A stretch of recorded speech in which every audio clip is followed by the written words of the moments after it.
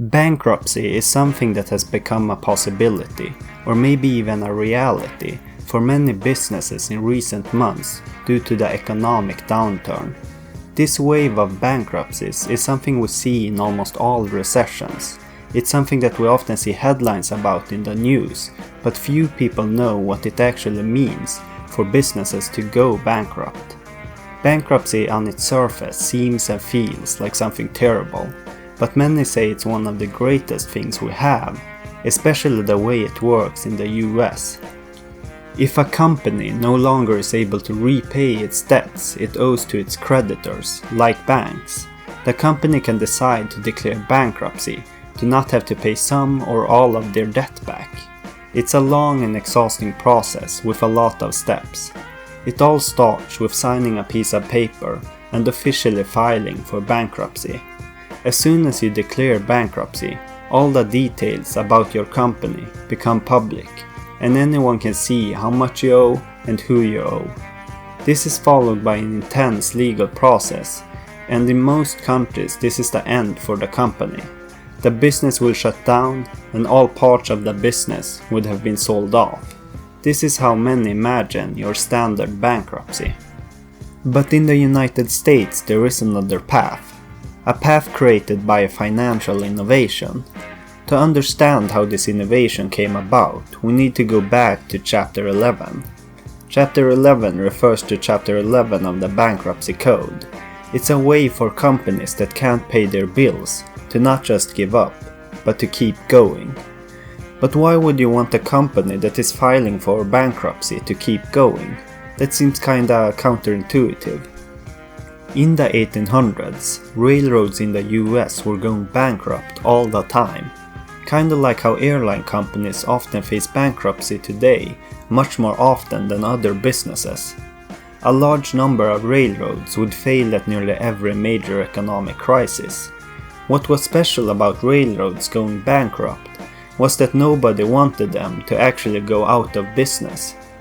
If a railroad company had loaned money it could not pay back and went bankrupt, the bank would just be left sitting there with a railroad that's hard to sell and a loan that will never be fully paid back.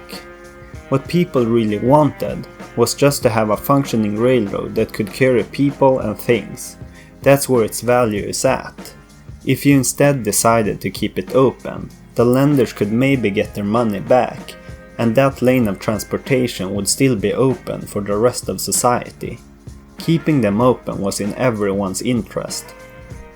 Instead of shutting down the railroad, and the lender selling off the pieces to get back a small amount of what they loaned, Chapter 11 was added to the Bankruptcy Code. The lenders could now, in a formal way, get together with the railroad company and work out a deal to forgive some of the money the railroads owed, so the lines could stay open and they could hopefully get more of their money back. This was a big financial innovation that was unique to the US for many years. This gave companies the chance to reorganize and hopefully come out stronger than before, instead of just disappearing off the face of the earth. This is something that many big companies today have gone through. Companies such as Marvel Comics, General Motors, Chrysler, Texaco, Six Flags, and many airlines. Just imagine how many more airline companies we would have had if every time one of them went bankrupt, they just disappeared. Several other countries have started to take inspiration from US bankruptcy law and adopt similar ones such as France, Spain, and Germany. It's a really good way to mitigate the damaging effects to an economy that can come from a company just disappearing when it goes bankrupt. But not every business is meant to reorganize. For some businesses, Chapter 11 bankruptcy won't help if they fundamentally can't be successful in the economy. A VCR repair shop has other underlying problems that a reorganization won't fix. It might not be optimal if that local VCR repair shop would just perpetually reorganize. That's where our classic bankruptcy is useful. This system of giving companies a second chance is a system appreciated by many. It's a financial innovation that is constantly used today. So next time you see a big company is filing for bankruptcy, it's most likely Chapter 11, and it will stay around a while longer.